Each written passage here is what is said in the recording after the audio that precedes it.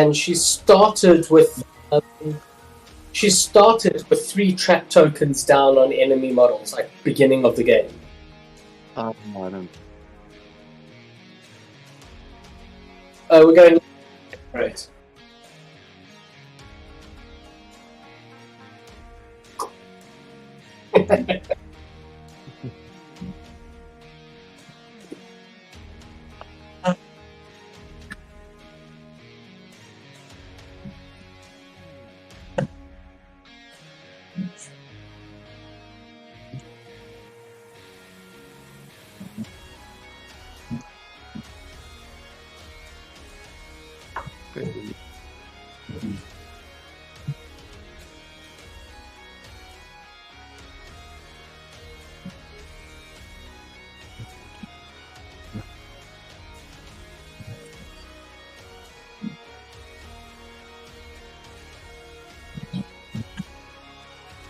There we go.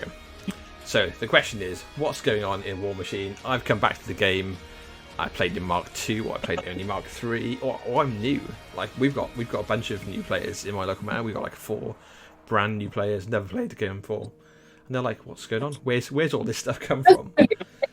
I mean, I got to congratulate you that you picked up 4 brand new players in this time. Like, well done, by the way.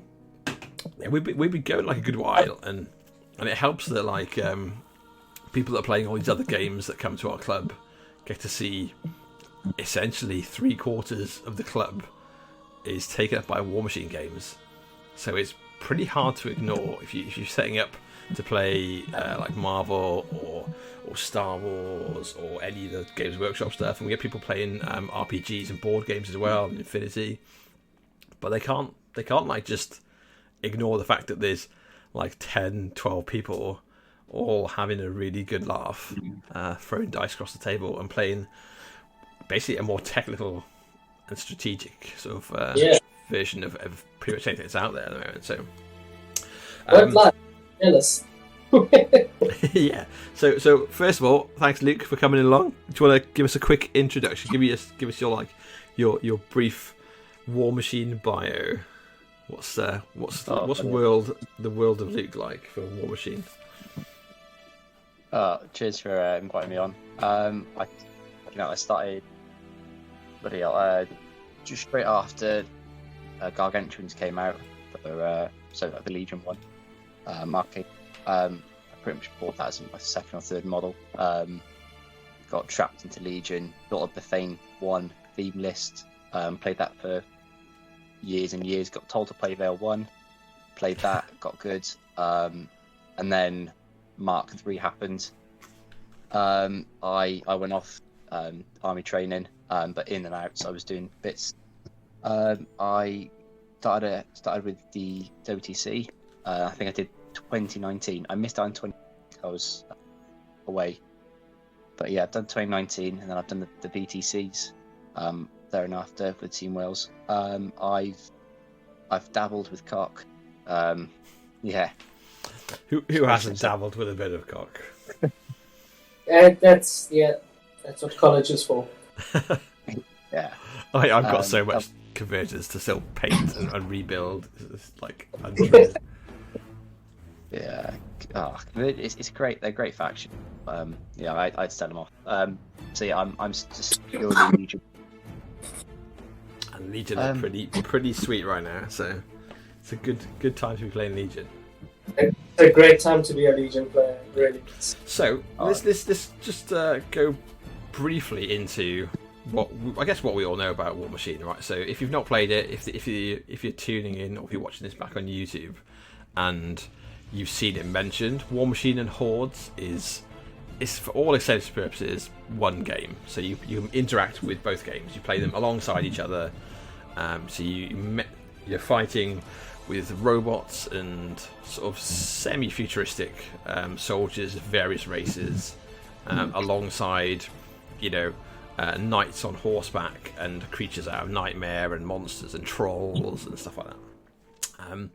But it all revolves around having a warlock or a warcaster of some sort who basically leads your army. They control the bigger things like the warjacks, which are the robots or the beasts, or the Horrors, I guess, for your Infernal players. And if you die as that caster, that is it. The game is done. So there's an immediate victory if your opponent kills your caster. It's not as much of a clean sweep as it used to be. You used to be able to like kill a caster and you'd score basically any of their beasts and jacks that are on the board, whereas now you just get whatever you've killed on the table plus like a 10 point, which is not a lot.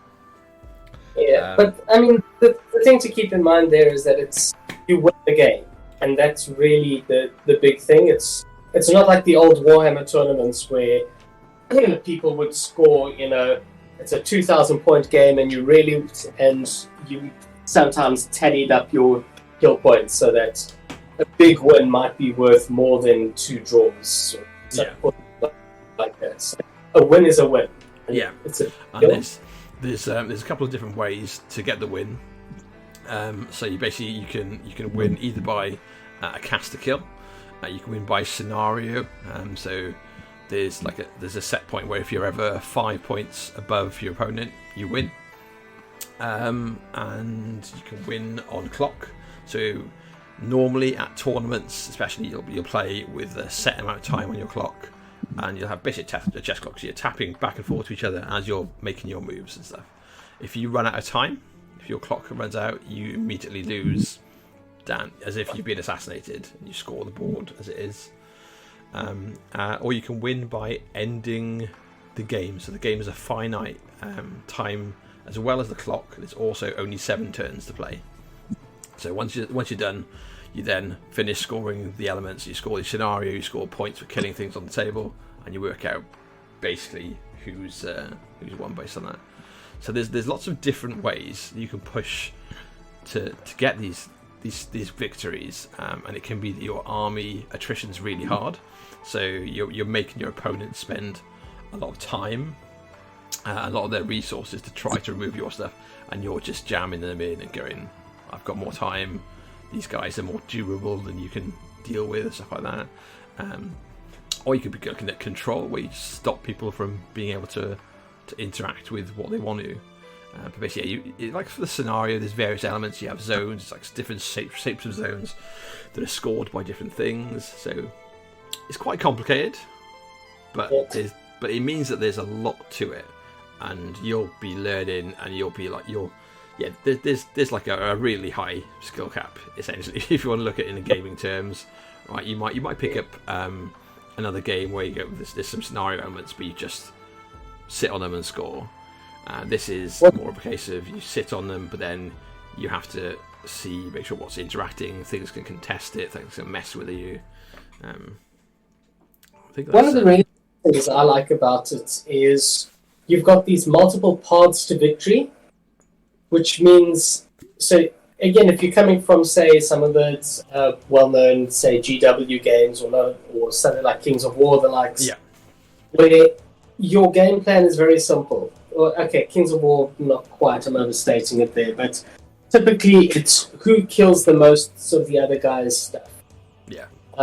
And often that can lead you into a pretty unpleasant scenario if you have either you make a bad mistake early, or you have a really big let's just say there's a list building issue and that your opponent's outdone you, but you end up locked into like 2 to 3 hours of just a slow, painful day.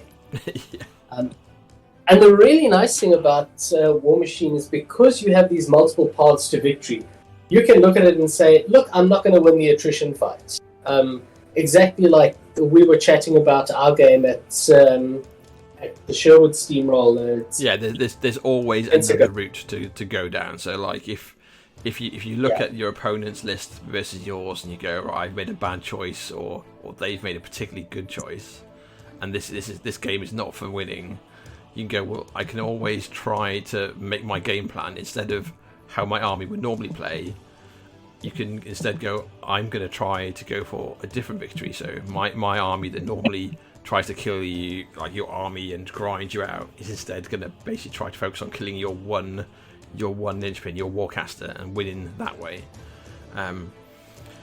Which is exactly what we talked about. We enter into a bad situation for me. I'm playing an army that's ill suited to play against yours, so my entire game plan shifts to become I'm going to kill your caster when you leave yourself most vulnerable, when you make a mistake, or I just get lucky.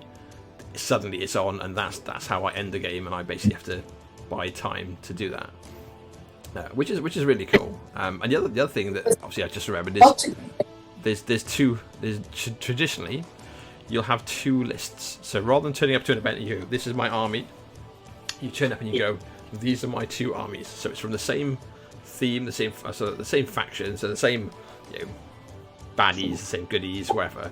But basically you build them separately to deal with different things. So that's like another level of strategy before you even put your models on the table, which is really cool. So whereas like perhaps in Warhammer you might go, oh well, X like Gene Stealers just stomp all over my Harlequins. I don't know if they do. It's been a very long time since I played 40k. But you go, and that's just my game, right? So if I'm playing Harlequins, they play Gene Stealers, they put them on the table, I'm fucked. I'm screwed. There's no win. But instead with Warmachine, you go, I've got my two different versions of my army. One can be teched to deal with the thing that you really have trouble with. So it could be that you've got essentially an anti-Gene Stealer list, and then your all-comers list. So yeah, you add that extra level of strategy, extra level of list building. It really goes deep into how much you get out of it, which is kind of cool. It's kind of cool. So I mean, yeah. So that's essentially the game in a nutshell.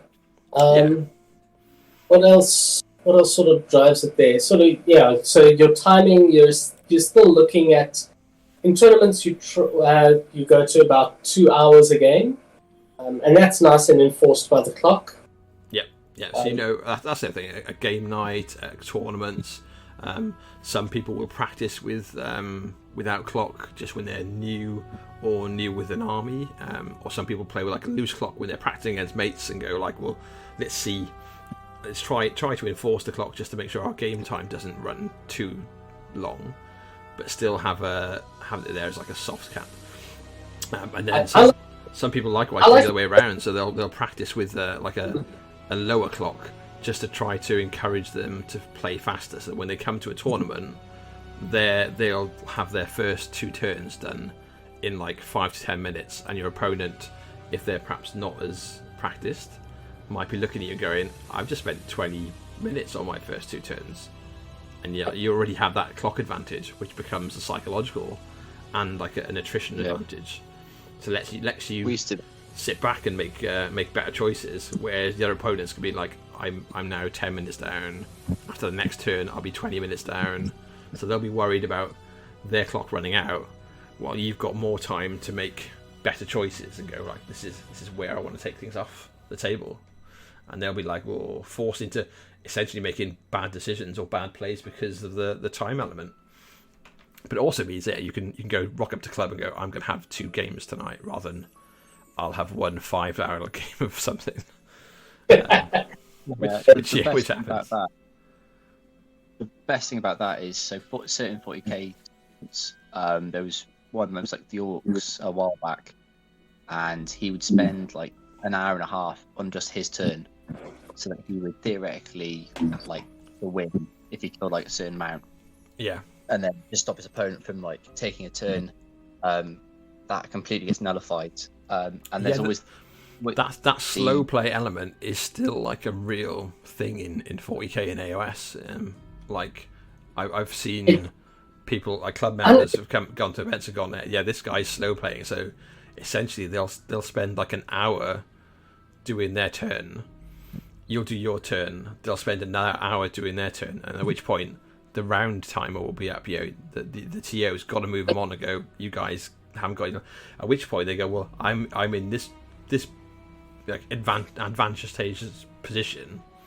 I can't say the word advantageous position. So I score this, and this, and essentially you have to theory craft out where your next like 2 or 3 turns that you would have had if you'd played in a normal game would have gone. And it's like, that's then this weird. I've seen it on the table. I've not played a lot of AOS, but I did start playing before lockdown. And I did a tournament. It was like over 100 players, like 120 players. And my first game was like a grind out versus ogres, and the guy at the end was like, "Oh yeah, so the next turn I do this, so I'd score this," and I'm there going, mind blown. I don't know what's happening. We're not finishing this game, and it was like, no, all right, okay. It's like I think I only lost like two games in the event as well, which is interesting because I wasn't playing a particularly bullshitty list, but like I've come from, I guess, like an advantageous position where I'm going like I can look at the strategy, look at how to build lists, and build a more balanced list to take on everything rather than skew one way or the other, which is kind of cool. So I remember I used what was I doing? Basically TOing a bit for 40k back in the day. And one of the big problems was it was always played without a clock. And your heavy shooting list, so I mean it used to be called Imperial Guard, I think it's called Astra Militarium now. Yes. Yeah, that's right. Yeah. Although all the IG players refuse to use the term for good reason. But that's neither here nor there.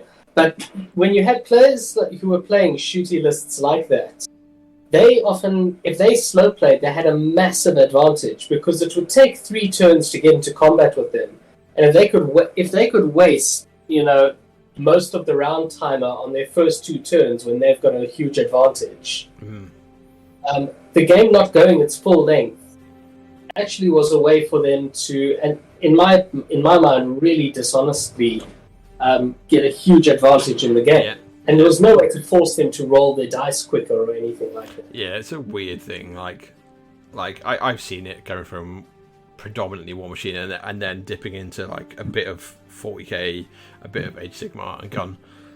Like people, as new releases come out, there's this like, I know there's like a bit of there's quite a bit of negativity in every wargame community. Obviously.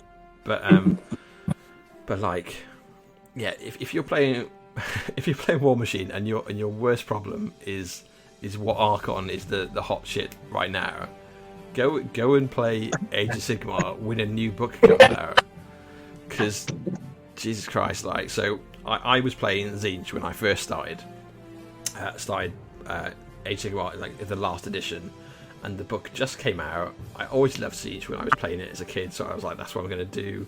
I knew there's a bunch of guys in club had various siege demons they were trying to get rid of second hand, so I could buy a really cheap army where I'd basically get out the airbrush, paint like 200 horrors in various colours, paint a big bird, a couple of heroes, and I'd be done.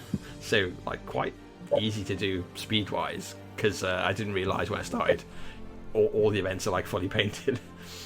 So I'd signed up for like our local event and had to paint like 200 models in about 4 or 5 days. Which is fine, I did it, because I've got an airbrush and they're monstrous. but like the Tzeentch book came out and we did the event. I came like 19th out of 120 or something, despite having played the game 4 times and never read any of the rules. Didn't have any idea about what the strategies for like the scenarios were. I literally rocked up at the table and had to have my opponent explain where I was allowed to set up my army. I came out of playing Change Host, which was like the bullshit Tzeentch that everyone hated, but I played like a bit more of a balanced one because I was like, I'll take some anti-shooting, take this. So I ended up coming 19th and getting 2 best sportsmanship votes, which I don't think any of the other Tzeentch players got like a look in, because they all had the full filth. Hi Brad, nice to see you, buddy. But like, yeah, and that's like where I ended the event, and then for the next week, Twitter and Facebook was just like this torrent about how ridiculously broken Tzeentch is, how it has to be nerfed, there is no answer, and it's like a month. Like, every time a new book comes out that is strong, because not all the books are super strong, but when a strong book comes out, the community like seemed to take like a month just saying how it was so broken it needed adjusting rather than the meta trying to adjust to it. So, I mean, back in the take it with Warhammer a cup of Fantasy tea. days, I was in the same boat, and it was just the nature of. I mean, okay, granted, I think privateers hit a lot more power creep over the last while than they used to, but it's not in the same vein. It really is. Yeah. Fantasy's amazing. I still play that now. Do you? Oh,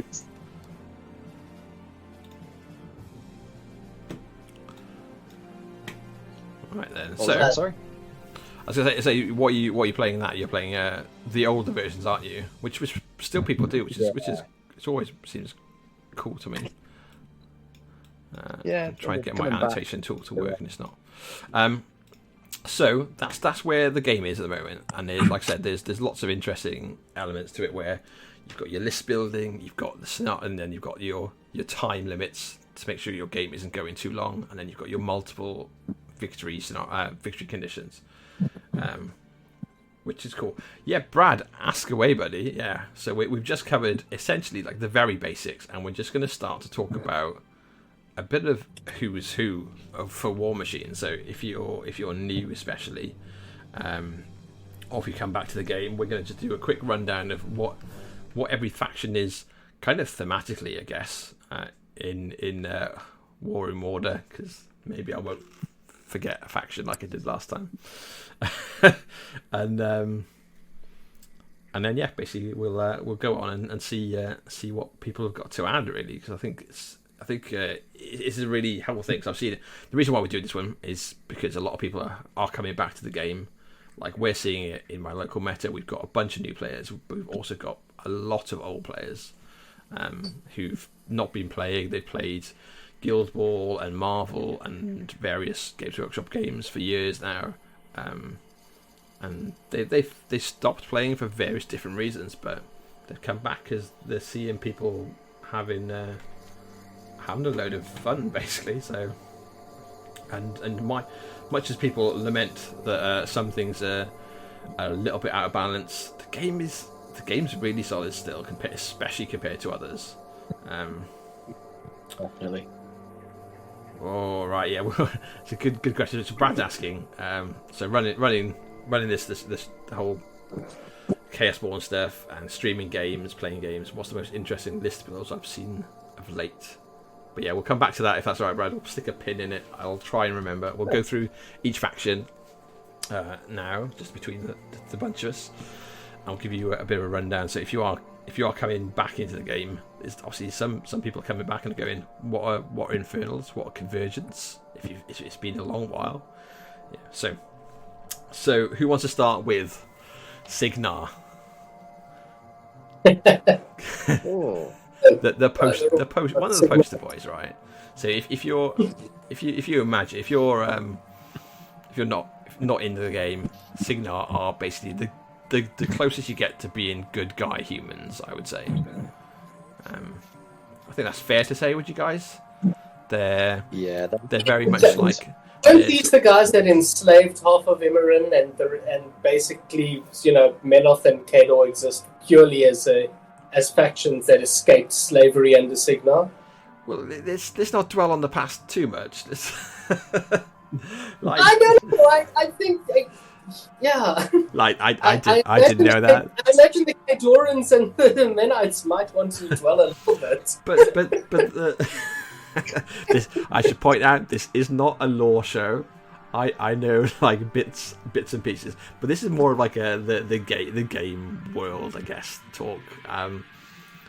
But yeah. So Signar might have cracked a few eggs to get where they were, But essentially, apart from like their hideous like history, they do come across as basically like the mostly human good guy faction. They're slightly higher tech than a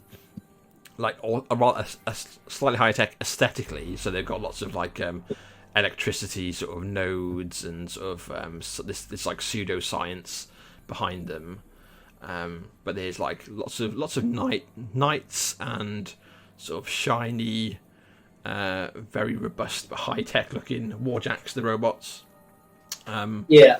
And then that kind of that electrical theme and the science kind of runs really deep in the faction. So a lot of things will have electro leap guns or weaponry where they hit something and then lightning will arc to hit something else nearby.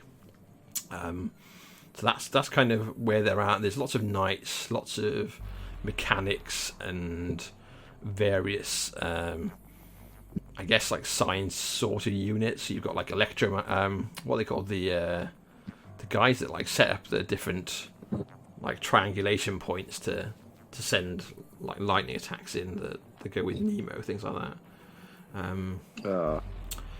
Yeah, I mean, very much. I mean, on the law side, honestly, I think they actually set a good baseline for expectations. That with all of their problems, they are the ostensible good guys. Yeah. So they're basically it's a good baseline. Yeah, they're essentially a human-led nation. They've got royalty, but like it's also like you can rise from literally the trenches, because that's another one of their big themes, is basically like sort of soldiers rising out of the trenches and becoming heroes, and that's kind of where they go. And they've got a lot of crossover with mercenaries, which we'll get to in a little bit, where their stories cross over a lot, but also they can gain, like they benefit from a lot of the mercenary models. But that's pretty much. They've got like a really solid stat line. So if you're looking at their jacks, they're all like slightly better than you might think they should be. Not too much, but they're sturdy, they're accurate. They don't have any bonkers crazy rules generally, apart from the Electra side. But there's always something out there that's which reminds me, something huge in Warmachine that I was neglectful in mentioning. It's every single faction has its own bullshit in Warmachine, which you will learn. And when you start off, like your first however many games will be like, what can that guy do? And people will be doing exactly the same, looking across the table going, your guy can do what? He does what? Yeah, he gets rid of all the focus. There's a definite rules overload of, oh god, every single model. There's no such thing as a rank and file trooper. It's definitely zoomed in that little bit that says every single person is a hero in his own right, and because he's a hero in his own right, every goddamn model has 50 rules. Obviously, sorry, because there are like infantry guys. There's like a unit of guys with guns. There's a unit of guys with halberds, stuff like that. But there's a lot of special characters, a lot of special rules that different units have, where they bring to the table something unique. And the size of the range means that you can put together some weird ass crazy lists that people will never see coming unless they've been playing for ages. And you always have the risk when you sit down against someone to play, they're going to put something down, and you'll have to like rewind yourself through time and space to go explain again to me how this interaction works, and they'll talk you through, and you go, wow, that's really cool, but wow, that's your special bit of bullshit in that list. But every faction has the option there. There's no like, this faction is slams everybody, this in every scenario. There's always someone's got something they can pull out of their pocket and go, did you know my caster does this? Oh, you've never seen this caster? Okay. All your army are on fire. Enjoy. Stuff like that. But yeah, let's skip back to it. So Signar, I think that's pretty much like the brief and dirty version of what Signar are. Lots of infantry, lots of like slightly better than average warjacks, and very elite warcasters at the top supporting them, I would say. Who would you say are the casters that sort of define the faction? So Haley is through like through the fluff. Haley and Nemo, I think, particularly are like the factions defining casters. And she has all sorts of weird time manipulation things, and she's quite central to a lot of the storyline stuff. Yeah, and then Nemo is essentially the genius behind all of the electro power behind the faction, like the Storm Strider battle engines, which is this huge, essentially observatory on stomping legs that fires like chain lightning out of its ass, stuff like that.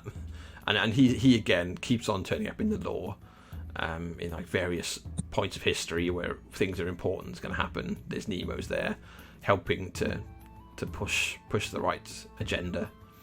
I think those are the big guys. I guess Striker and Kane, but to a lesser extent, I'd say. That seems. So we'll jump on to the next lot. So we'll jump on to Menoth. So someone tell me what do you think of Menoth? How would you describe the Protectorate of Menoth? Luke. They're the army of pretty much saying no, and restricted that you can do. Also, the army of fire as well. Yeah, and like sort of thematically, or I suppose aesthetically, they're basically like holy zealots and crusaders. They're crusade knights. They're kind of eagerly embracing the worst of the crusades, and it's glorious on the tabletop. Yeah, yeah. Fire and stuff to do with souls is everywhere, and like one of their iconic warcasters is literally Joan of Arc, right? It's the harbinger of Menoth. So as a teenage girl, she's basically embraces Menoth's word and becomes essentially a pseudo avatar of the god. Starts floating in the air, has to be tethered down by attendants with chains around her to stop her from flying off. It's full on like fire and brimstone crusaders, but with giant robots. I've never thought of Harbinger as sort of emblematic of the faction. I've thought of her as more a victim of the faction, Oh, you think? Oh, maybe.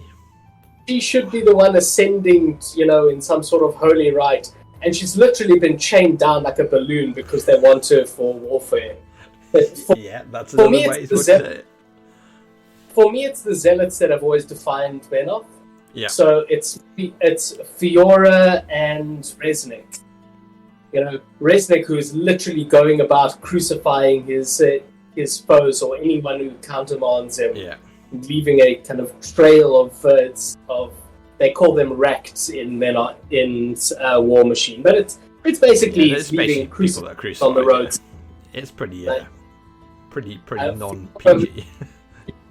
Fiora, who's just burning everyone she can alive. Yeah, she's just a pyromaniac that's obsessed with power, and that's another thing. So as her story progresses, you see more and more that it's not necessarily the faith or the religion or the like their like way of life. It's that she is doing what she's doing because she lusts for more power. She's not a nice girl.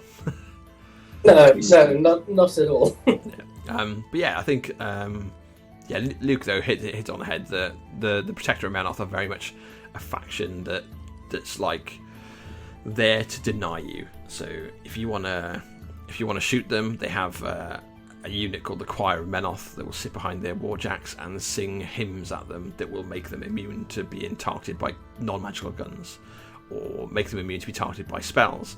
So literally, they've got this entire unit that you always see that will just make their warjacks either hit harder or be a lot harder to mess with on the way in. And you've got all sorts of things like that where they go, no, you can't do this. No, you can't target these guys. Or if you kill this guy, I'll just bring him back immediately, or I'll store his soul, and everyone else will get angry. And there's lots to it. That's this inbuilt kind of theme of attrition, where Menoth basically are relentlessly coming towards you. Can you deal with it? Because you can't stop them. I think that's and it's a lot about denial of your bullshits. It's saying, hey, look, you've got all these tricks. We're just not going to let you use half of your tricks. Yeah. So they've got two casters that have Lamentation and two casters that have Purification. Just off the top of my head. Yeah, so these are spells that literally say no to the opposition. They say, well, whatever spells you have active on the table, we'll just chuck them in the bin, or it'll cost you twice as much to try and cast them in the first place. Yes, very much go in no is the and that's always been. I think that's always been your identity, and that's not really changed. Well, a book, which if it just gets far enough up the field and it's well protected, just says, "Look, stop casting. You're done." Yeah, they're really good, and they're very like competitive faction, and they've got a very deep pool of things they can play as well, which is really cool. So you can build them in a ton of ways. Whether you want to have basically all these like crusading knights with magical crossbows, or whether you want to have the huge stompy robots, or the cavalry, actual full-on knights with lances rocketing across the table. And they can look fantastic on as a painted army on the table. And I've seen various like their standard paint scheme is like a cream and red trim, but I've seen lots of different takes on them, and it's not hard to find something that makes crusading knights look badass. Yeah, it really isn't. So that's the quick and easy on Menoth, the protector of Menoth, I should say. Next is Kador. So obviously you've mentioned Kador already, Evan. So I'll assume you know more than me about Kador. So go for it. Well, we're setting a low bar here, but yeah. So Kador really are just kind of very bluntly themed around the Russian military. So good on them, I suppose. Yeah. And they are. There's something really beautifully straightforward about Kador. So most factions have light war beasts to light warjacks. And the whole Kador philosophy is just embedded in the fact that all they say is, why would we ever make a light warjack? Doesn't exist. We have no light warjacks, because if you're going to spend precious metal, just make something massive. That's Kador. Yeah, I think that's very much like their big thing, isn't it? Is where other factions might have lots of tricks and shenanigans to pull, Kador fight quite an honest fight, and even if part of that fight is inflating their numbers of armor or strength to silly numbers, it's still we're coming for you. This is what's happening. You're going to see it coming. Whereas some factions might be a little bit more tricksy. Yeah, they're the most straightforward of the factions. They say, look, we don't have a whole lot of special rules, but the base numbers on most of our troops and warjacks are a bit higher than others. Yeah, especially like the armor on some of the heavy warjacks goes over 20, which is significant when you're starting the game, certainly. So the armor gets up, like their infantry stats are just really good. Yeah. And they just have this sort of ruthless kind of pouncing mechanic. Yeah, and then all the slow plodding, you can't break our tanks mechanic. Yeah, and talking of tanks, they've got obviously, like Evan said, there's this kind of like pseudo Russian theme behind it, where they have kovniks and they have commandants, but very much they've got access to actual tankers, like tanks full on, like old, like sort of pre-World War One tanks, I guess, right? So they're being pulled along by war horses, and they've got this like huge, basically armoured carriage behind with cannons on top of it and people shooting out of it. They've got, to a lesser extent, these like armoured suits that they're called like the man of war suits, which are basically halfway in between a heavily armoured infantry and a warjack, where essentially they're power suits. So they're very heavily armoured compared to most infantry. It's very much like this wall of red determination. They are coming for you, comrade, and yeah, they will hit you hard with an axe. They like axes a lot, or they will shoot you just as hard with a cannon or some sort of Gatling gun or what have you. And yeah, they've got full on like Russian infantry themes, where it's like a bunch of guys with just like essentially flint like carbines or flintlocks, backed up by dudes with rocket launchers, things like that. And their lore then, that's kind of like the base of the faction. But then they've got like these side themes of the Grey Lords, who are essentially like the occult sort of advisors to the Empire, and they're there collecting secrets of sorcery and all sorts of different races and fell magics, and delve. Yeah, basically, if you think of like Lord of the Rings, they are willing to delve as deep as they can to get whatever power for the Empire. So like part of what they do is they recover these Orgoth blades, which are essentially demon possessed blades that whisper to the wielder and drive them mad, and they chain them onto prisoners and shackle these prisoners up and give them essentially like Hannibal Lecter style masks and send them into battle. They basically pile them into crates, release them onto the battlefield to go and basically berserk into the enemy, because I did not know that. Oh yeah. Yes. Doom Reavers are not nice. They're basically completely insane prisoners that are basically shackled to their Doomblade that talks to them and tells them how it wants them to kill more to get more souls. Oh wow! And then obviously then the Grey Lords behind that also basically will like run sort of covert missions into other countries to try and capture secret lore. They're pretty damn cool. Like it's a nice, it's very Hellboy-esque in how it fits into the faction. That like there's these sort of occult generals. And neat. Yeah. I hadn't realized that. I mean, for me, oddly enough, the caster that still just shouts Kado to me, just because it's the only one that really speaks to me, is still the Old Witch. Yep. So the Old Witch of Kado is a very, it's an unapologetic Baba Yaga wannabe. Oh yeah, no, she is Zavana Arga is her name. Yeah, she is Baba Yaga, 100%. She's got a chicken-legged accomplished that she rides around next to, stuff like that. Yeah, so I mean, she started with a pet warjack, which she then repurposed into basically a steampunk version of Baba Yaga's chicken egg house. She's the evil witch in the forest who's guiding the fate of the country. And she sticks her fingers into a lot of different plots across different factions, where she'll just turn up out of the forest and be like, "Oh yeah, I've set this up. Here's this army stumbling to your army, surprise."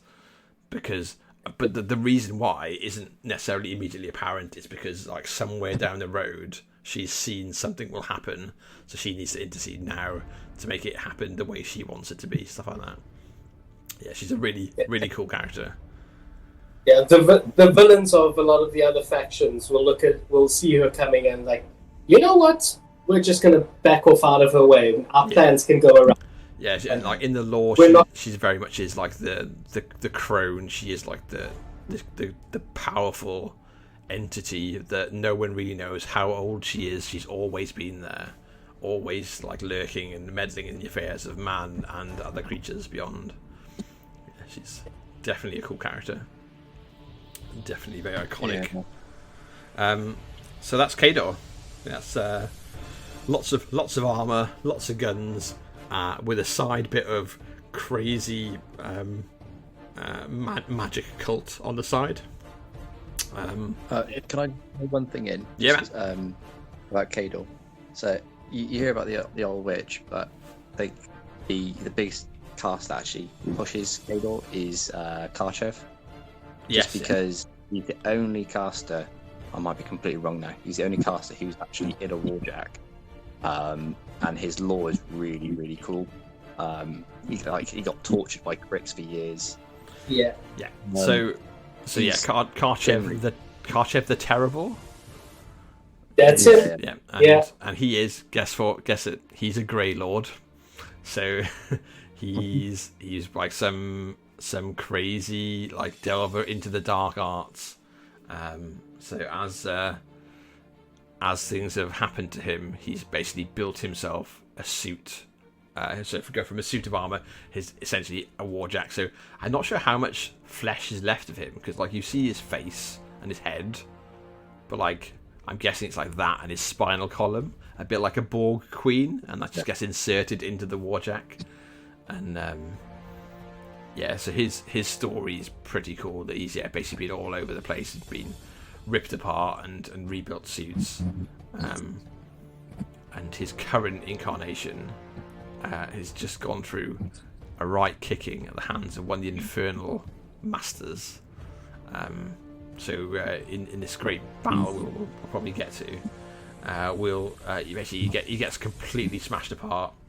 But because there's this huge multi-factional fight going on, he notices there's a Crix character jack called Death Jack. So it's basically a Crix robot that has sentience and is like further animated by these skulls that are part of its pauldrons, its shoulder pieces, and they basically fuel it. They're called the Skulls of Hate, and they fuel Death Jack with extra power, extra like ability to reason, to think, to regenerate. And as he's lying on the floor dying with his own warjack suit is failing, he basically crawls across over to it and goes, I remember when I've read this in whatever Crix Secrets 101 in the Grey Lord Library. And he basically goes across, pulls the remnants of the skulls from the chassis of Death Jack and shoves them onto himself, knowing that they might be the thing that saves him.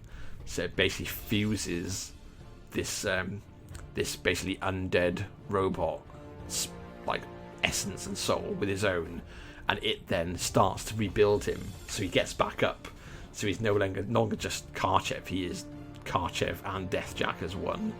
And then there's like, as his story progresses from there, it's basically a war, an internal war where they're each wrestling for control. But he's now Death Jack or Death Chev or Carjack, however you want to say it. But it is super cool. Yeah, it's basically he plucks this undead robot sort of parts that he knows are incredibly powerful occult wise because of his background, and uses them to sustain himself and to stop himself from dying, and knowing there might be a further price down the road and willingly paying it. Yeah, he's a pretty cool, and the model looks. I'm really cool. glad they did finally Crixify him, because I was so disappointed when he was kidnapped by Crix. So the War Witch de Negra yanked him out of his machine, and then just sent him to the necrosurgeons. Just like, on your way, lad. I mean, basically that's what happened. De Negra yanked him out of the machine and then handed him off to Mortenebra and said, "Do with him what you will." Yeah. And I was really upset that they didn't just turn him into a Crix character jack after that.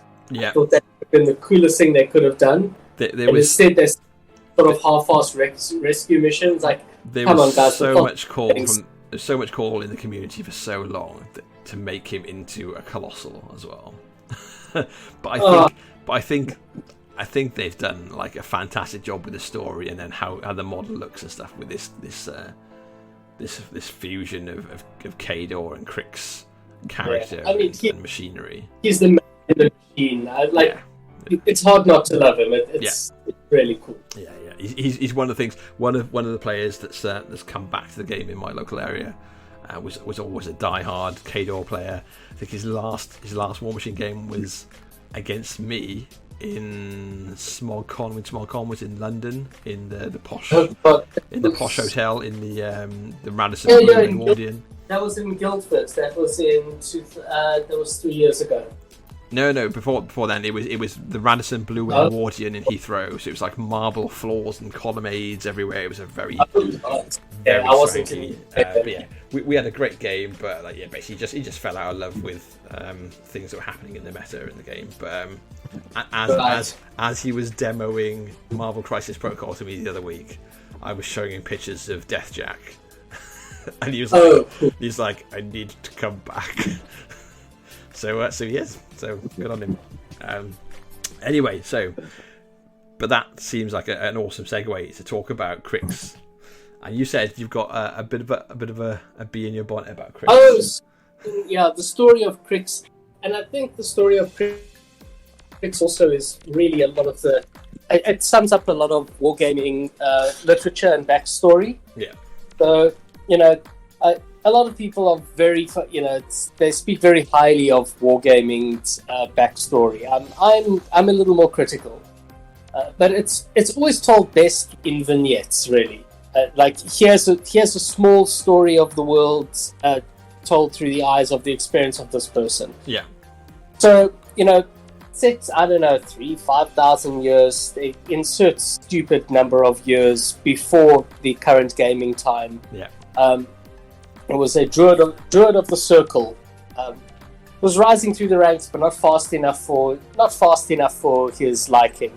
And eventually, he just said, "Sod this," and he trekked over to a volcano, and he shouted to the spirits of the nearby dragon, "Listen, I want more. I just want more. This isn't enough for me." He brushed the bangs from out his eyes, and what I assume was, a bit of a wallet chain, and it's dressed all in black. Probably wearing a Hot Topic t-shirt.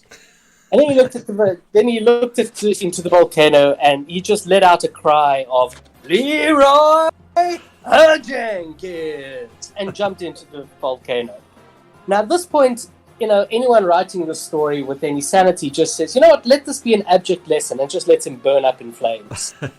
But with absolutely no such self-restraint, instead, this guy gets resurrected. He's resurrected now, and as opposed to his, Jenkins-ish predilections, he then sets up a career as like the prime villain of the series. Yes. Pretty much all the lore, and he is this sneaky, conniving, backstabbing Lich Lord. And he spends a couple thousand years perfecting this role. And then he sees a whole lot of things coming, so he sends out the admiral of the fleet at the time to go kidnap a child. So he kidnaps a girl as a baby, then spends a good 30 years grooming him. No, I'm not making this shit up. and post grooming and all his machinations, shit then goes wrong, and the world is invaded. And I'm sure we'll chat a little bit more about the Oblivion invasion. But he looks at this massive invasion, and he sees a route to profit. And he sees the biggest, baddest guy's enemy he's ever seen. And at this point, he throws away 5,000 years of him learning to be sneaky, Machiavellian, pick the right time, and shouts to the heavens once again, "Leroy Jenkins!" And this is the standard of Crix, basically. At that point, he charges into the mouth, to the mouth of Oblivion, and he gets battered aside like a cartoon coyote. Yeah, sounds about right. But and that's about, and that is the story of Asphyxius, who then somehow gets resurrected, and pulls a Gorshade and rage quits the faction. And we'll get to that in a couple of factions' time, I think. But the basic premise of Crix, if you didn't guess from that, is there's essentially a lich council, a load of lich lords who are all kind of vying for power, all who worship the Dragon Father, who worship Turak, who is like the great dragon, and then all the other dragons in the game, basically who are sort of godlike power, are shards, are lesser creatures that have come from him. And the dragons are really interesting in Warmachine because they haven't done the D&D thing of, it's a big lizard that maybe breathes fire. The dragons are basically deities in their own rights. They don't always have bodies, for instance, There was a quote in one of the earlier rule books that I thought was fantastic, which was simply, "Our dragons are not loot bags." Yeah, that seems good. It's true. But yeah, the dragons, just to quickly segue into it, the dragons are, they come from, so Turok is the dragon father, and then he births a multitude of other dragons, Everblight, Pyromalfic, Bittergast, but there's a bunch of them who all are incredibly like genius level intelligence, that they will make plans that will take like centuries or millennia to come to pass, and they will they're basically like the greatest puppet masters of the world. They'll whisper to leaders of nations, or will make leaders of nations, and yeah, then there's various things that happen through the story where the dragon children basically gang up on Turok to try and kill him. They get close, but they don't get no biscuit. It all goes wrong at the end. He flees, and then all the other dragons are left sort of stood going, right, so this is coming for us now. Yeah, we've fucked this. So rather than like, solidifying and working on it, they basically turn on each other. And it's just a fucking shit show, free for all. No one's anyone's friend anymore, and they basically hide their existences away, and some of them basically rule empires and nations from the shadows. Some of them manipulate entire races to become like what they want to be their army, things like that. But meanwhile, go on, sorry, Luke, go on. You are a dragon fan. I think I'm pretty sure it's only Everblight that did that, because Blightergast has ran all the other dragons for like defense of each other, pretty much in a Morin, and to keep Rook from entering the mainland. Everblight's the only one who's been going after the dragon. Apart from now, all the other dragons are going for Everblight or Torek. Yeah. Because Everblight killed another dragon. Did he kill Pyromalfic? Is that right? Yeah. I thought that was Torek. Oh man, it's been a while since I read this stuff. We're clearly not law buffs. Yeah, we're not good enough. To Everblight. And I know Ashvanos and I think Charzog, they both died to Torek. Charizard? What? I don't know how to say it. It's like Charsaug. Charsug. I don't know. It's now Charizard. Yeah. For now, until the epic Charizard. Dragon. Torek's killed I think 4 dragons. Yeah, and and the way the dragons, like we said, are like sort of godlike. They don't necessarily have to have a body. Their essence is contained in an athank, which is like shards of their existence, which they can put in people, or can basically regenerate their entire body out of nothing, except for if other dragons eat them. So yeah, so as the dragons kill each other, they consume the athank and then gain their power back. I think that's how it works. Yeah. But where Crix is interesting, so Crix is essentially the arm of Torek, the Dragon Father. But Torek actually couldn't give a toss about, conquering the world through the Lich Lords or the likes. As far as he's concerned, the entire existence of the Crix army is purely as a means to play and recombine with the other with his children. So he did, he birthed all these dragons, and he clearly decided that was a bad idea. It was a mistake. Let's fix this. And all of the misery and the machinations of Crix are just about the dragon. Yeah. So he has his own goal, whereas like the Lich Lords essentially revere and worship him, but also have their own goals. So they're the ones basically pushing for like dominance of of the undead, the Nightmare Empire, because that's where they're basically on the coast. There's these islands, the Shard Islands, and they're very sort of undead pirates or an undead like wraiths and traditional like sort of skeletons. Styxis. Yeah, and then the pirate element is Styxis, who are basically like a matriarchal piratical race with horns and bad attitudes, who basically want to kick ass and sail the seas, and then a lot of ogrons. But yeah, they're really cool, and there's a lot of infighting and backstabbing in their stories. But essentially, it's different niches vying for power. They've all got their own agenda. They're all after something, which normally includes fucking over one of their companions to get more powerful. Potential undead faction in the game. Yeah.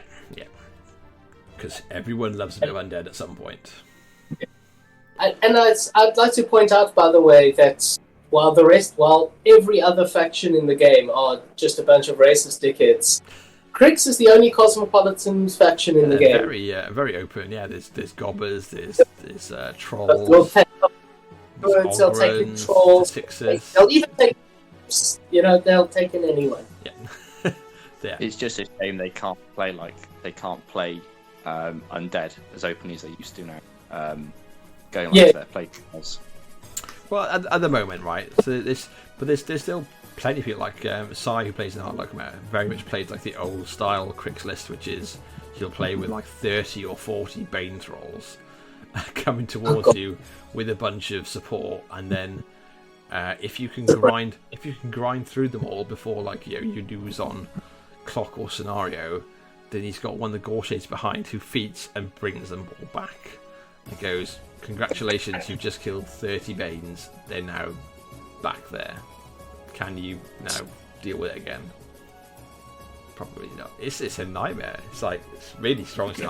I think people are underrated, and are just letting all these old themes and this old way of playing they've forgotten about it. And yeah, even though they might not be as dangerous as they used to be, if you leave 40 Banes in front of your army, they will eat it. I don't see how you get them with threat ranges nowadays. Like, there's just too much activity. You don't need to, right? If you can recur like 30 Banes with your feet. But your feet doesn't recur. You need to kill. I mean, if that's Gorshade 2, you need to have 30 guys to kill to bring back 30 Banes. And the UAs do it. You need 30 scrap thralls behind you to bring back. It is not that Gorshade. It is. So the unit attachment units, it's Gorshade 2, and like Luke is saying, you basically he feats kills like however many like 10 strap thralls, but he feats and brings back the unit attachments. Then the unit attachments use a mini feat to bring back the rest of their unit. Oh, that's cute. Oh yeah, it is. Oh, it's nasty. But anyway, so I think we've covered Crix relatively well. Next in line is the first like full-on non-human, which is the Retribution of Skyra. So knife years.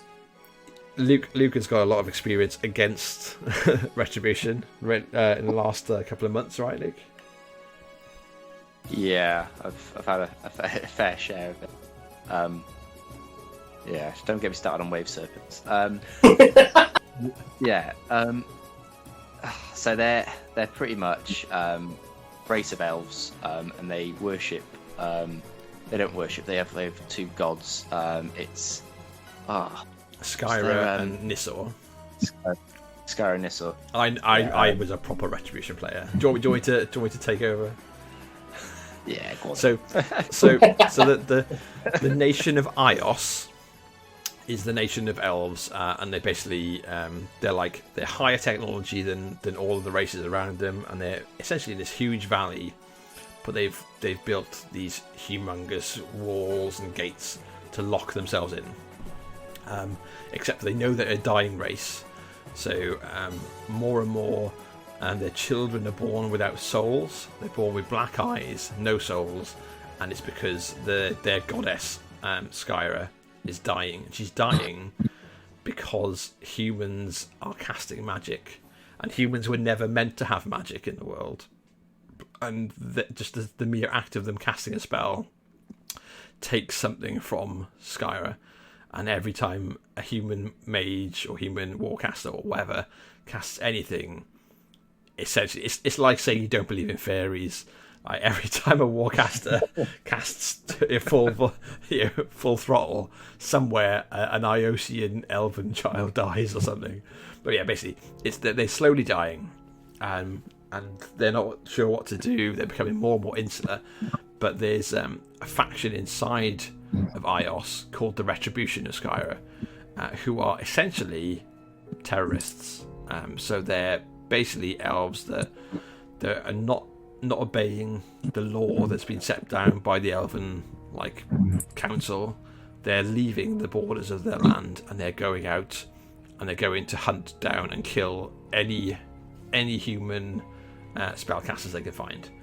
And that is their goal, is if they can kill all of the humans that are channeling magic out there, maybe it will stop Sire from dying. And as the story progresses, they gain more and more power, and to a point where some of the houses of elves openly declare their support for them.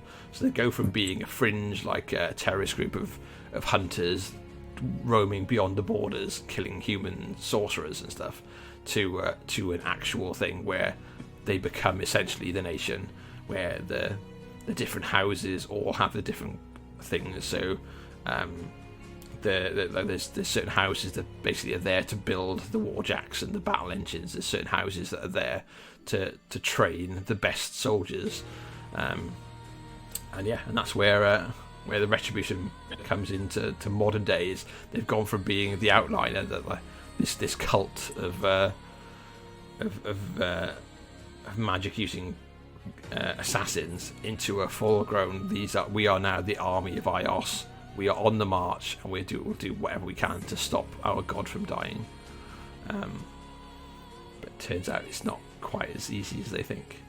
Not that they think it's easy, but so they're really cool. There's a lot more of a sci-fi aesthetic to them than the other factions, and they're basically they're pseudos, higher tech elves. Their warjacks have force fields around them, things like that, and very much have lots of unique weapons.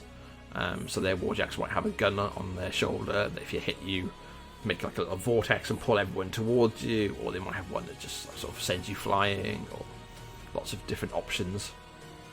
They're really cool. I used to really hate them when I first saw them, but then I obviously liked them and played them for a good couple of years. They grew on you at some point. Yeah, they just seem they're really different. They're really, really different. They're very exactly. They're a very different faction to the others, which is cool.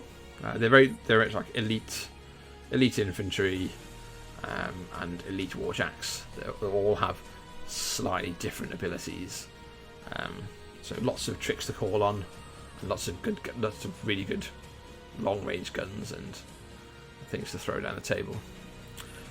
Very oriented faction, very similar in that regard to Sigmar, without the lightning focus, obviously. Yeah. Right. So the next one is the one I forgot last time, is the Convergence of Cyrus. Come on, Luke.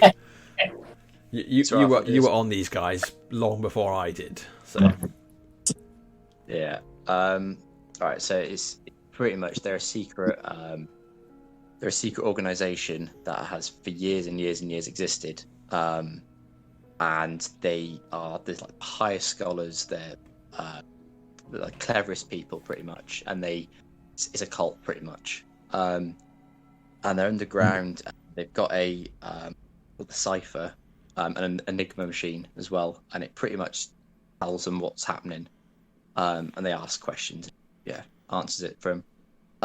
But they've transcended into metal shells and soul vessels, meaning that if their body dies, they can be brought back and put into another construct, which is really, really good. And their vectors are their vectors are completely different to all the others, or their warjacks, because they use the mat and the rat of the warcaster. Now this opens up so many different opportunities for warjacks, and it also mitigates them a lot. So your mat and mat, if you're brand new, basically your ability to hit in with melee weapons or with ranged weapons. But carry on. Yeah, so in that regards, you could have like a warjack. It's got a gun and a melee attack. But if you have a set caster, you may have really good attack, a really good chance to hit, but then you may have a really bad chance to hit in ranged instead. But because of that, it gives each warjack a different flavour when you attach it. Doing so, they are very repair heavy. They have jacks that repair.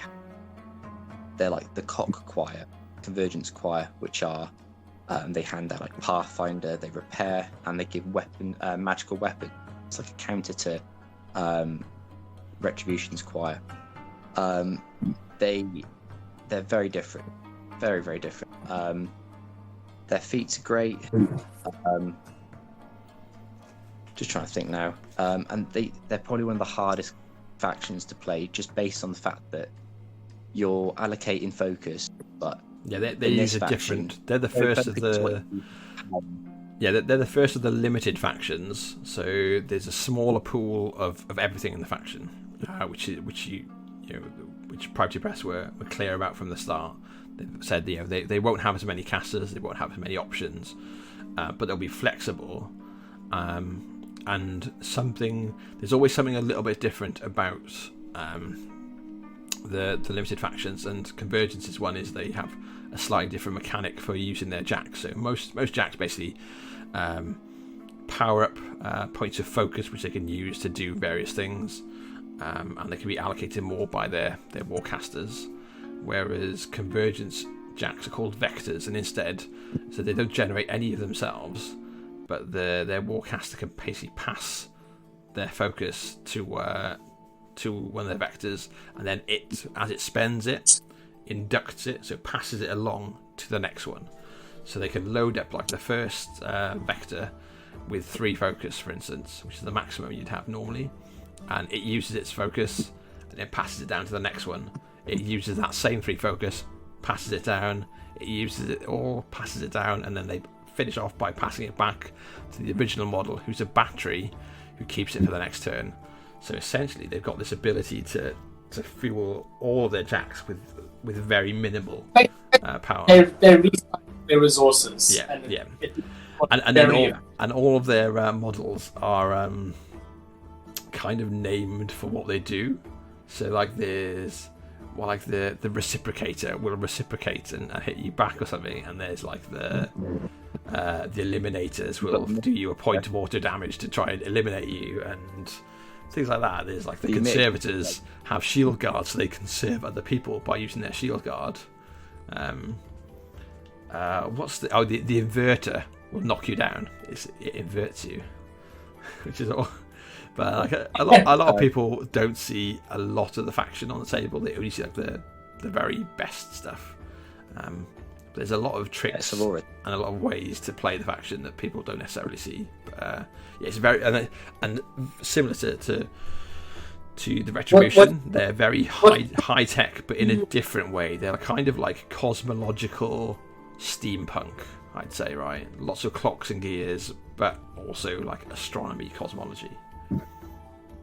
So the thing I'm upset I don't see a lot of actually is I'm not even sure what they're called, but they've got those really cool infantry models that have got those shields, but they're meant to be shield walled, and the models actually have the shields interlocking. That's reciprocators, and also the obstructors were made to do that as well. Yeah. The obstructors with the 10-man unit. So cool on the table. It just gives you this feel of this clockwork faction that's with these interlocking mechanics. Yeah, which is what it's like. If you imagine like the Clockwork Army from Hellboy 2, like those crossed with, I don't know, Robocop. There's something there. But yeah, they're really cool. They're really interesting, but they are a limited faction, which means that they're yeah, there's only so much of them. So there's less casters, less jacks, for instance. But yeah, I like them. I think they're super cool, super interesting. Definitely not a first time faction. Yeah, definitely not an easy one to jump into. Yeah. And then the next one on our list is another of the limited release faction, is the Crucible Guard.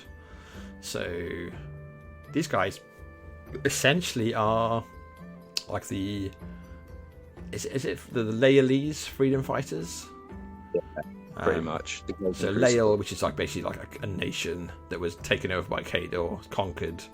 They had within them an order of the Golden Crucible, who were essentially scientists and like philosophers and theologians, who didn't like the fact that their country and their was getting ransacked for resources, and any of their like research and findings were being sort of squirreled and away, stuffed into bags by the Grey Lords to take home to pore over.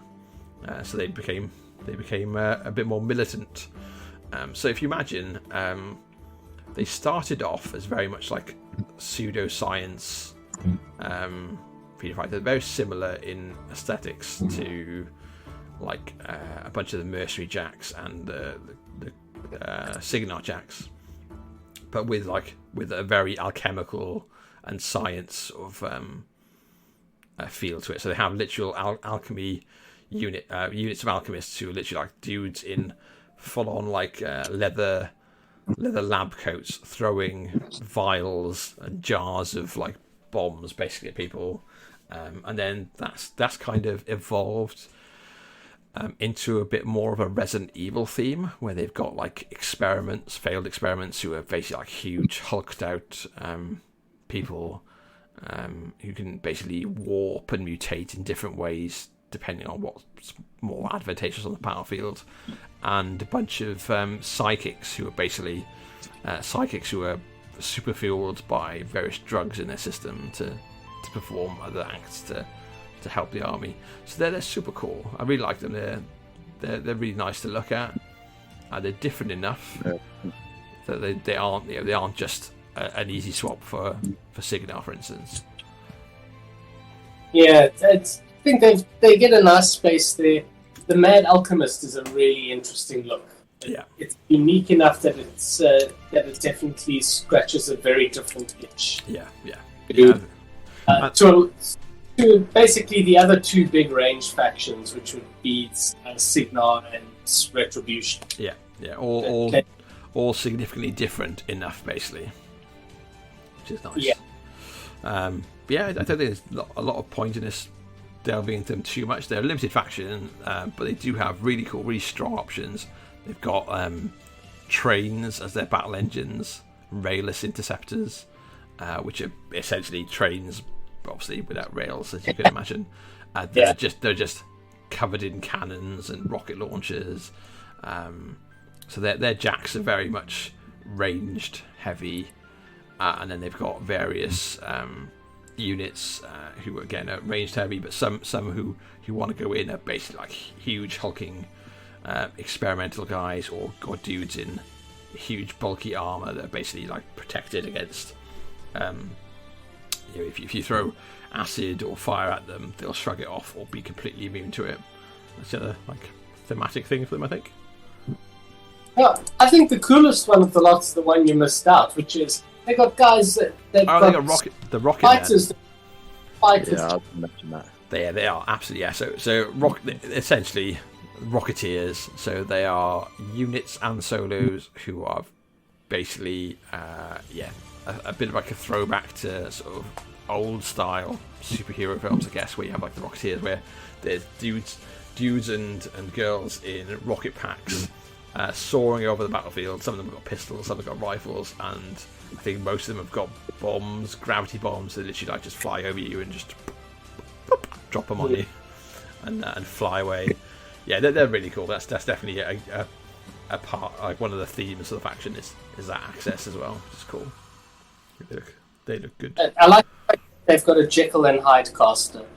Yes, yeah. Well, and Jekyll Hyde like support, right? Alice, which Oh, you see in it's not past it. yeah, Oh, Alice, no. which you see in most of their lists, is basically like a caster support character, and they'll basically help you caster.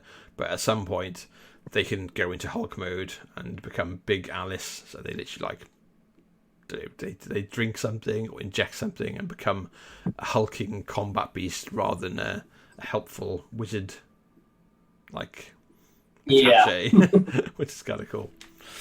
But anyway, so that's Crucible Guard, and which leads us to the last of the Warmachine factions before we go into Hordes. But like I said at the start, you play them together, so don't let that stop you.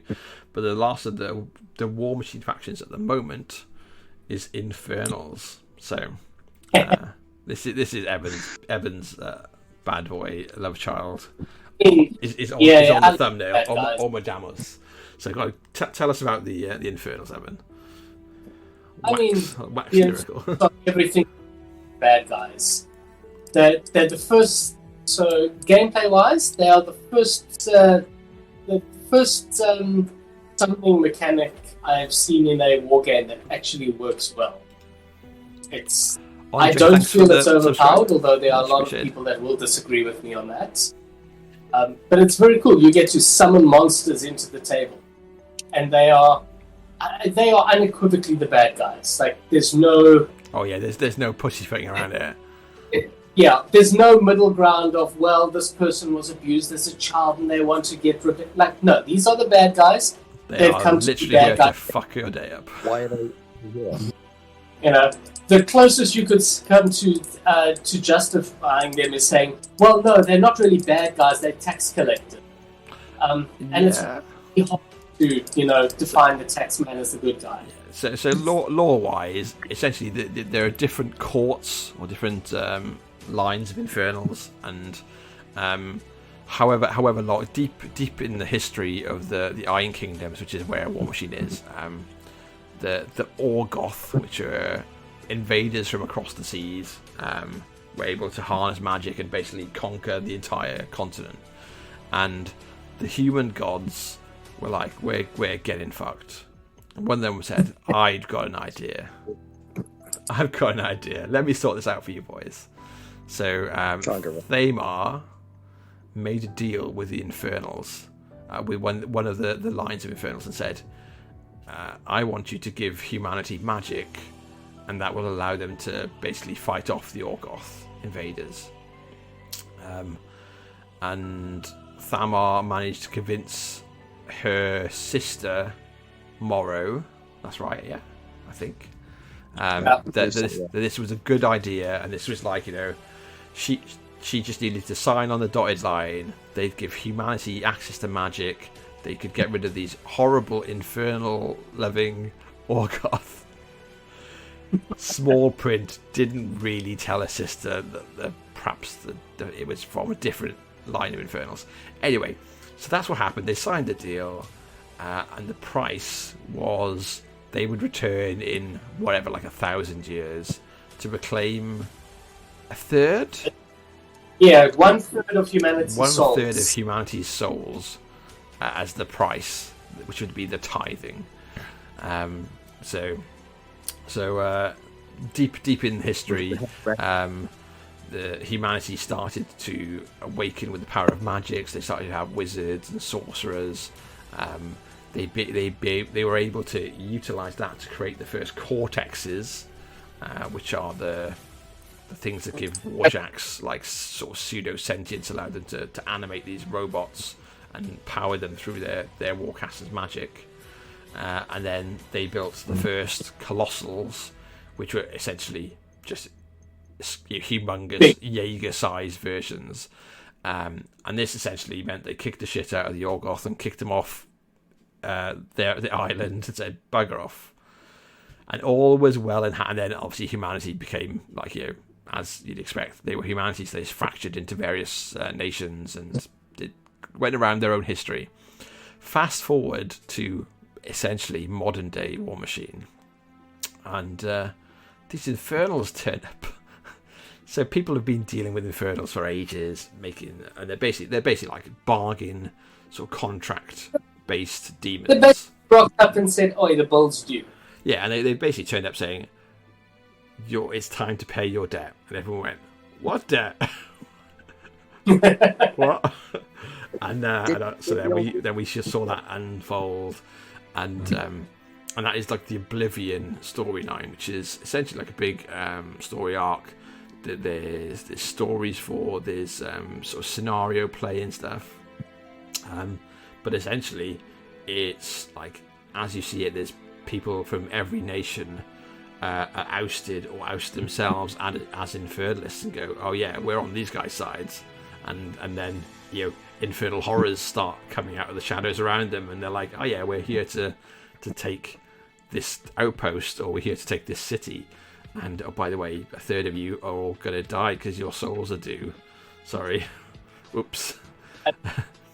They've got a very Cthulhu-esque type of yes, very. They are outsiders. They are from beyond time and space. It's like an alien-esque sort of demon rather than like an infernal from like D&D sort of demon. There's no like fire and brimstone.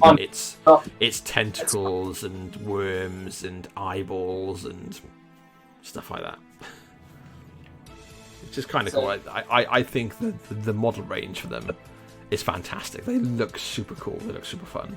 I adore the minis. I do wish they had more casters. I would like more than 3 Infernal Masters. I would love a 3rd or a 4th. But you do. so to quickly go into it. So the way, so Infernals are obviously another of the limited factions. All the new factions are limited. And Infernals came out with 3 Infernal Masters only. So they have Omodamus, the Black Gate, who's the guy in the picture on the thumbnail, and they have Agathon, the Whispering Doubt. Maybe is that its name? I can't remember. And Zataroth, the something. Zataroth, Weaver of Shadows. Weaver of Shadows, and they're basically each slightly different sort of skew, but they're Omodamus is the big. I'm just going to smash my way through you. Agathon, it's like the spellcastery one, and Zataroth's a bit of the, I think like the mastermind, catches everything else. But the way they built the faction was, as well as having just they only had three masters, but they also had a separate theme there was a what if theme called Hearts of Darkness, and they basically took all the original factions and said, what if one of their casters had sold out to the Infernals? So when you play Infernals, you can be what if and play a mix between Infernals and any of the core original factions. So you could play Sloane, who's a marksman from Signar, with half a Signar army, half a Infernal army, because she was a traitor. She was an Infernalist. And you can do the same with Fiora from Menarth, Lucas from Crucible Guard.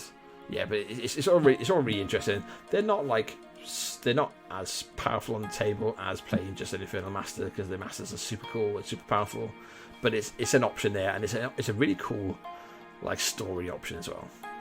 And that's how they basically made up for only having three masters. Yeah, but it means you can't. The problem is, if you do that, you can't actually use the infernal rules or the infernal models. You do very minimal summoning, stuff like that. Yeah. So we've got those, and then I guess we'll jump down the list to Mercs while we're on the Warmachine side. So mercenaries are like the catch-all. So mercenaries are everyone else. So they're like this huge pool of themes and warcasters. There's the Rulik, who are basically the dwarves. There's the Cephalics, who are essentially these weird, like, underground, alien-esque, like mad doctor things out of a horror film, with like spines and needles and extractors, who basically make slaves, mind slaves. And then you've got a bunch of sort of pirates and a bunch of freedom fighters and a bit of everything. So they'll play. Different members of mercenaries will play for different factions depending on what ties them in. But there's no quick and easy way to describe mercenaries. I'd say they're a bit of a everything else, and all the interesting characters that might otherwise support other factions, but all in one whole. So they're incredibly diverse. By God, don't get into them if you don't have deep pockets, because if you wanted to buy of any faction, if you wanted to be a faction completist and have everything you can to play whatever, you'd have to spend so much money. They're so deep, because you've basically got the Cephalix. There's two Cephalix casters, and they've all got their own unique mechanisms and units and solos. Then you've got the pirates, so they're all kind of standalone as well. Then you've got the soldiers of fortune, or the warriors and like generals, so they're on their own as well. Then you've got the dwarves, who are all on their own as well. And then at the end, you've probably got a couple of other random extras to like justify. It's like, yeah, there's a lot of shit to buy. But it means when you face them, when you play them, they've got this huge pool of things they can pull on. So if you play a mercenary player 1 week, it could be like absolutely nothing like the mercenary player you played a month ago. They could look nothing like each other on the table in any way, apart from the word mercenaries on their like army sheet. So that's fair to say. Yeah, 1 minute you could be facing like, was it eight buccaneers from mercenaries, who are basically pirate jacks. Yeah, and then the next you could be facing clockwork army of flying angels. Yeah, or 60 just humans with halberds. Backed up by whatever. So let's not dwell too much on them. Let's jump into the fleshy side of the game. Hordes. So like I said, it's Warmachine and Hordes, but it's the same. So you'll often see people refer to it as Warmer Hordes instead, or just Warmachine. Warmachine was the one that came first, but yeah, it's the same rules. The only difference is your general, your warcaster for Warmachine is a warcaster, and for Hordes is a warlock, and they have slightly different mechanics. Where it's like a balance of resources versus a balance of risk reward sort of thing. But we won't go too much into that right now, but we'll just give you a rundown of what there is. So we're like an hour and a half in, so we'll round out. There's only 1, 2, 3, 4, 5. There's only 6 factions. So we'll go through those, and then we'll I guess see what else there is to cover. So we start with the Trollblood. Give us some lowdown on the Trollblood boys. Trollbloods are pretty much like in the lore they're a bit like Signar in a way, where they're just at the moment they're just trying to survive. They're getting bullied by different races.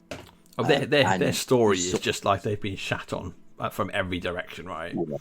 And honestly, the Trollbloods are the only real good guys in the lore. No, Legion. Legion. We'll get to that. But yeah, but thank you for trying. Yeah, they're basically so Trollbloods are essentially they're kind of the greenskin like answer for Warmachine, right? They basically look like humanoid trolls, and then they're war beasts, which are literally like beast versions of stuff instead of warjacks. Are just basically bigger and bigger trolls, up to the point where you have the Mountain King, the Glacier King, and the Sea King, who are trolls that are that big and that powerful that they are kings of their own domain, which are super cool. Like thematically, I think the army is fantastic. Like it's basically a bunch of, and they're traditionally blue skinned, the Trollkin, but you could paint them however you want. Like there isn't a thing in Warmachine Hordes where you if you're playing X, Y, or Z, it's got to be in a certain scheme. Like if you paint your Signarians in red, it doesn't stop them being Signarians. It's not like you take an Ultramarine army and paint them green. Someone's going to cry about it or tell you can't use those rules. It's that if you're playing Trollbloods, you paint them whatever colour you want. You can have, in like flaming lava Trollbloods. You could have green, like very much orky Trollbloods, whatever you want, which is kind of cool. It's very much paint it and play it your way. How your models look doesn't determine the rules at all. Trolls are very much. What do you say? I think they're very much like a faction that takes a hit and then punches you back afterwards. Essentially, they brace for impact, and then when the dust settles, if they're still standing, which often they are, they're pretty durable. They'll be there and they'll punch you right back in the face and see if you can take it. Bloody hard as well. Yeah. Very fucking hard. Yeah, and they've got like a range of. They've got like this. There is like a pseudo Signarian theme to them where they've got some crossover in the lore and things like so. Like they have like a brigadier general as one of their warcasters who's basically like learned from Signar military and has brought a lot of guns and put them on trolls and goes, "This is how we win this war, boys." Load up on the rocket launchers, stuff like that. But they're really cool. Lots of basically trolls of various sizes, armed in various weapons, and rocking up and tanking what you're going to throw at them and seeing if you can take what's left. Oh yeah, they also have bears as well. If that they do have bears. They have bears and they have bear riders. Yeah, they get some good stuff. They do get some good stuff.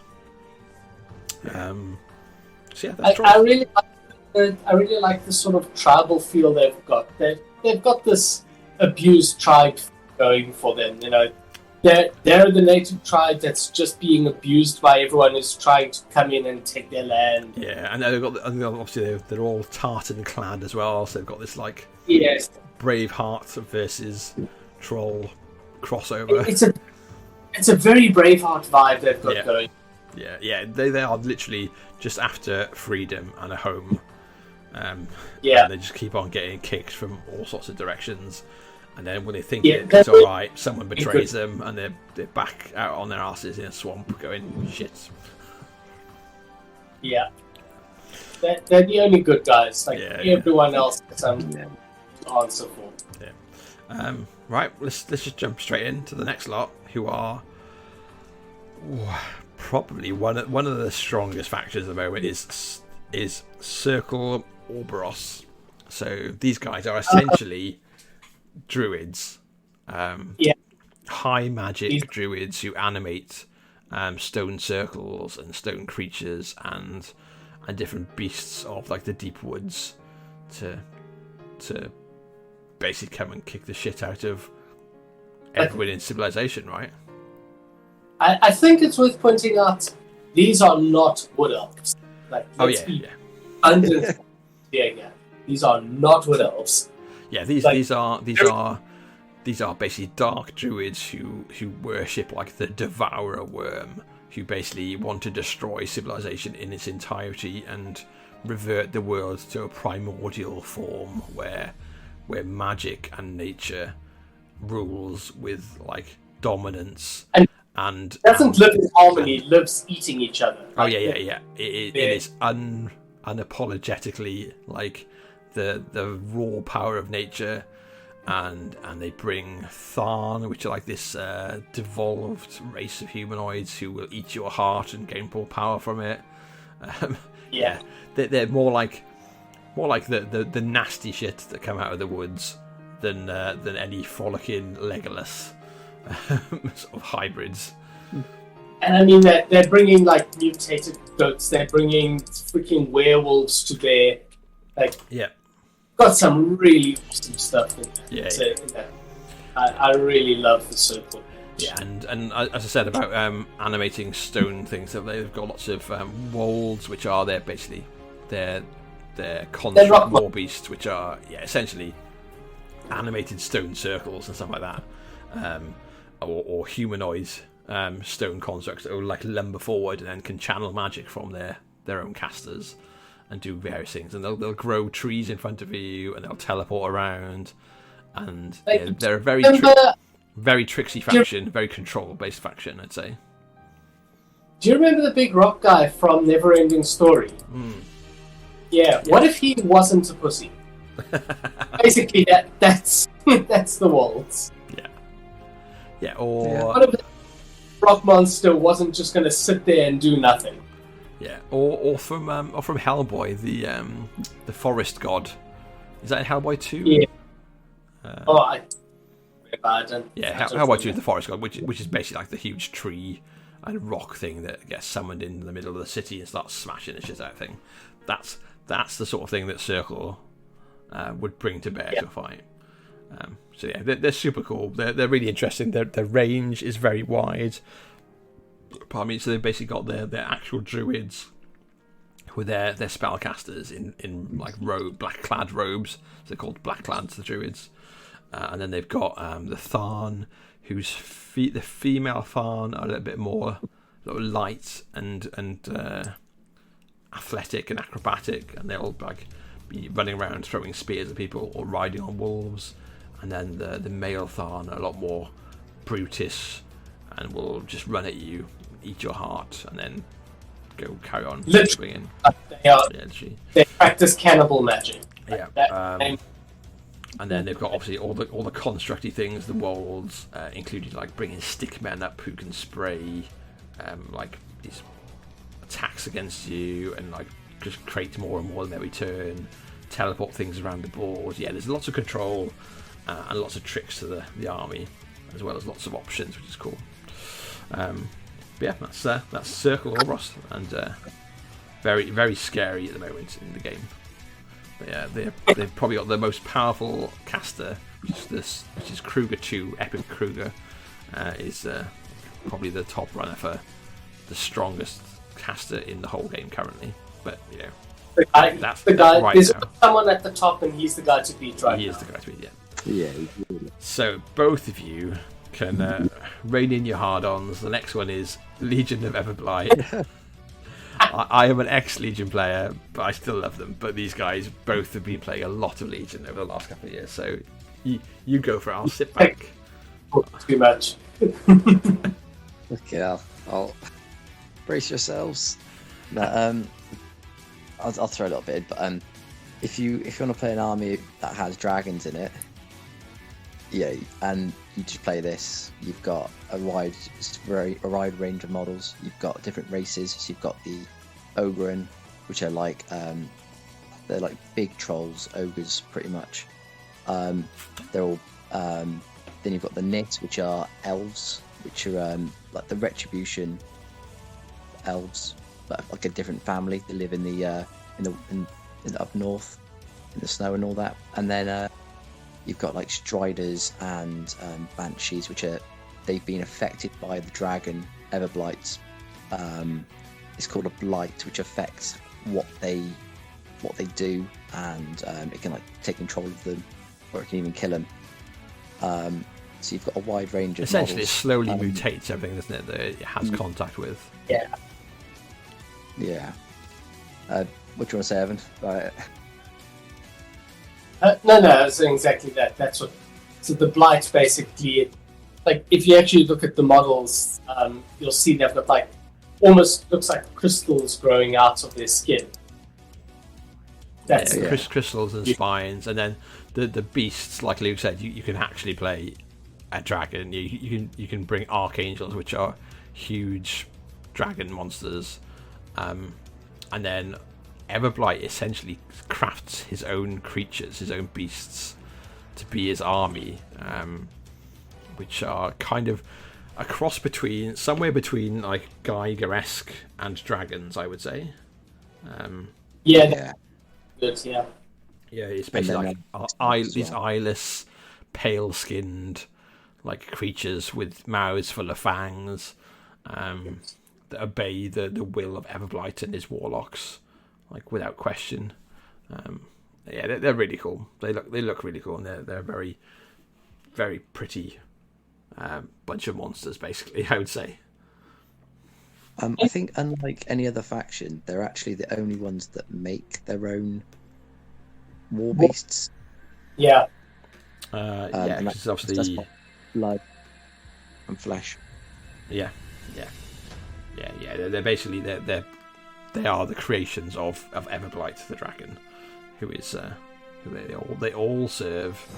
But yeah, it's a very unique look amongst all different Hordes factions, and it's very very cool aesthetic.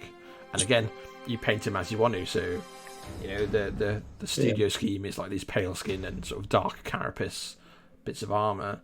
But I know I did mine in like coal black, so very like bluish black skin, and then I did like sort of very like ivory sort of bone carapace, and then replicated that with my infantry. So like if I had armored pieces, they'd be made of bone, and then their skin would be the same color as the beast, essentially. All come from the same flesh. But yeah, you obviously do what you want.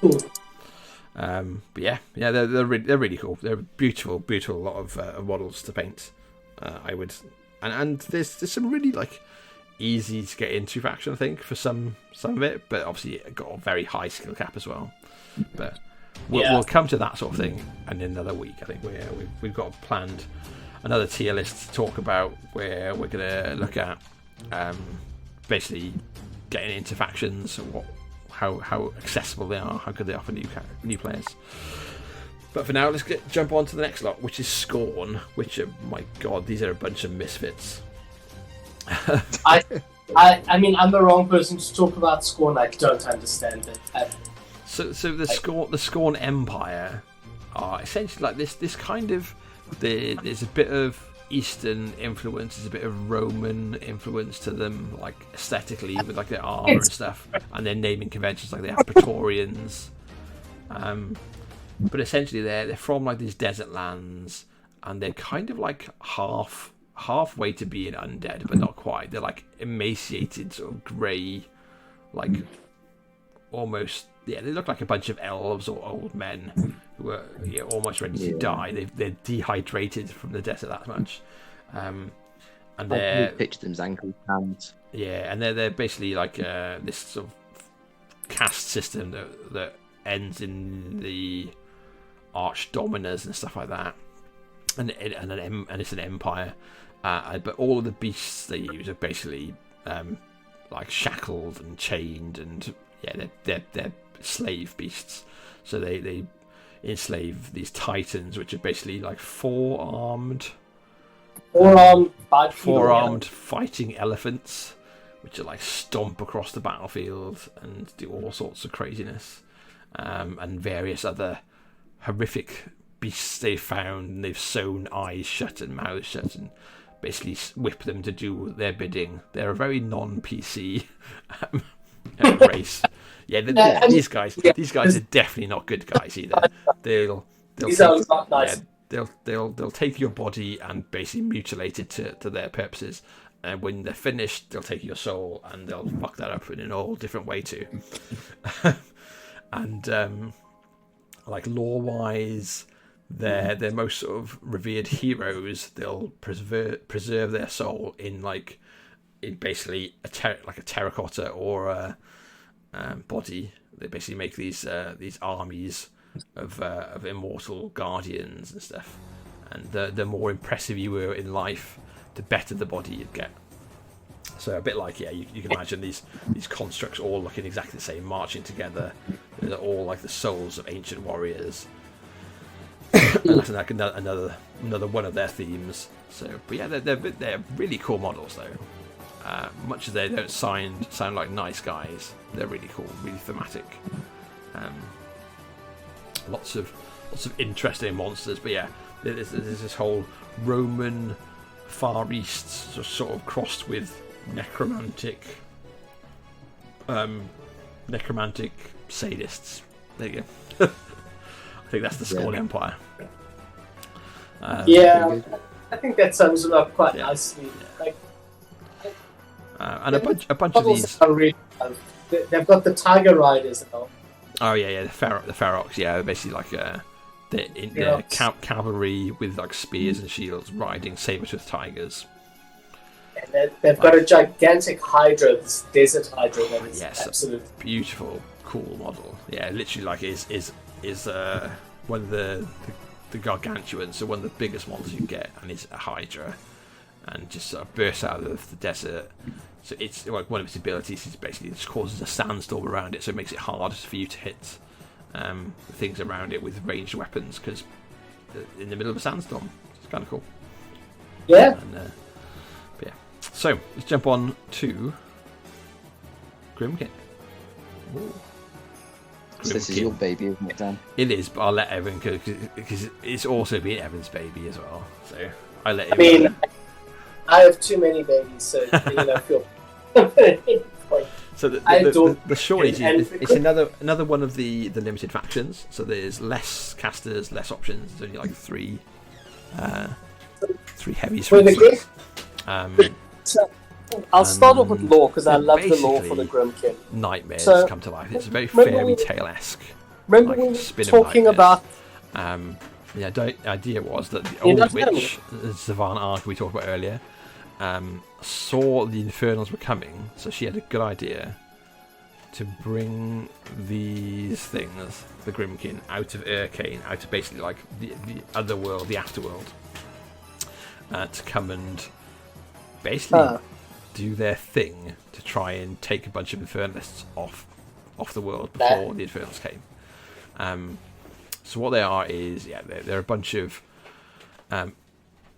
original sin sort of guys, I guess. So there's things like the Heretic is one of their casters. They have Defilers who are their casters. So the Heretic is like an ancient priest of Menoth who basically said no, he wouldn't follow Menoth in his way anymore, and went from there. And the creatures in within the faction are basically nightmarish fairy tales. So there's things like things that will ride on the backs of men that are basically bloated pig monsters that are there to punish you. It's pretty grim, no pun intended. That's like the last thing you'd expect, though, isn't it? Have I lost you guys? Okay, can you hear me? Oh, not sure if I've lost everyone for a second yet, so let's try. I think so. Okay. So what I wanted to say. Damn it, I don't know if you can hear me at all. So I'm not sure if we've lost everybody else or it's just me. Yeah. That's irritating. Give me a second. So we'll be right back in a second. I'm just going to go and see if I can reconnect to Discord. So enjoy yourself for a second while we. What? Can you hear me? My Discord. See if that's the problem. Yeah, good to me. But yeah, it's interesting. What they bring to the table is very much a case of all these. There we go. Horrific things. I'm back. That all sort of add up and punish you. So they're the tricksy faction, like by far. Where other factions might play a little bit dirty. Grimkin have got it built into their entire like faction. Is they basically have arcana rather than powerful magics they are traps to be used against someone. So let's have a quick check. Get back into the Discord during their turn. Dan's back now. Where are you back? So it's a Hello. very. I mean, hey, welcome back. So it's a very much a damned if you do, damned if you don't kind of play style, which is guys can hear really me, cool. So I'm just gonna quickly check. But we're nearly at the end as well. So We can hear you. Can you hear us? bear with me a minute. Shalom. So that's Grimkin essentially. Is various tricks, various nightmares, things like bodies covered in the faces of its victims, things like that, which is the skin and bones. Various twisted imps and gremlins. They're all basically there to punish humanity's worst offenders, essentially. but it's never a nice end to the story. It's never something good But happening. I love so that's I love Grimkin. how they And came then the about last as faction well. is minions. So very similar to mercenaries in that they're like the catch-all, except that there are a few like distinct sections where there are the gators, basically crocodile gator men, sort of cultists and like sort of primal warriors, and then the Thornfall, which are basically pigs. So that's the two sides of minions: is pigs and gators, and then you've got a variety of things that will run in between them, and that's very much a case of everyone out for themselves, to kind of empower the creatures around them, and pull in all these special characters that work for other factions, same as mercenaries would, and piece together something pretty nasty at the end. The croc side isn't really particularly strong at the moment, or particularly played at the moment, but my god, the pigs have got a lot of strong options, and can dip their toe into to playing what the trolls play as well, just because of how like the lore and the lore themes have ended up basically. But yeah, that's our lot. So that is the lot of them. That's all the factions. The quick dirty on them all, the rundown.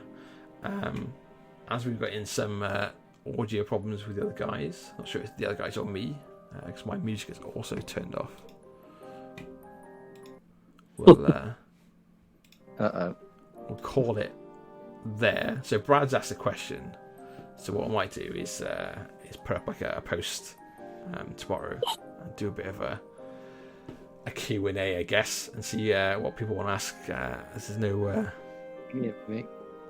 no joy on getting my audio fixed while I'm trying to stream, unfortunately. Yeah, so thanks for joining us. If you have, I'll get that on wondering about that. to listen to as podcast, and stick it up on YouTube, depending on how people want to watch it.